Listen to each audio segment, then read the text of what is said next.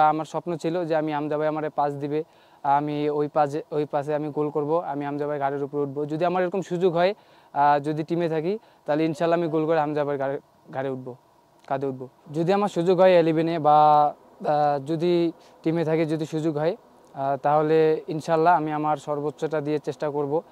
যেহেতু বাংলাদেশের মানুষ সবাই আমাদের উপর ভরসা রাখছে, ইনশাল্লাহ আমি যদি সুযোগ পাই, আমি আমার বেস্টটা দেবো ইনশাল্লাহ।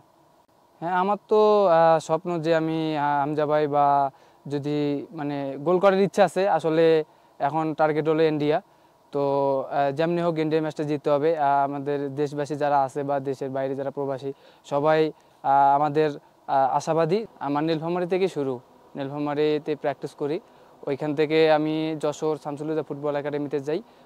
একাডেমি থেকে আসলে শুরু। আলহামদুলিল্লাহ, প্রথমবার যেহেতু টিমে ডাক পাইছি। এই জায়গায় অনেক সিনিয়র প্লেয়ার আছে। এখন আমি যে শুরুটা ভালো করছি, আমি যে মানিয়ে নিতে পাইতেছি, এটা আল্লাহর কাছে অনেক অনেক শুকরিয়া। আর কোচ যেটা চাচ্ছে আমি এটা দেওয়ার চেষ্টা করতেছি। যদি আমার সুযোগ হয় 11-এ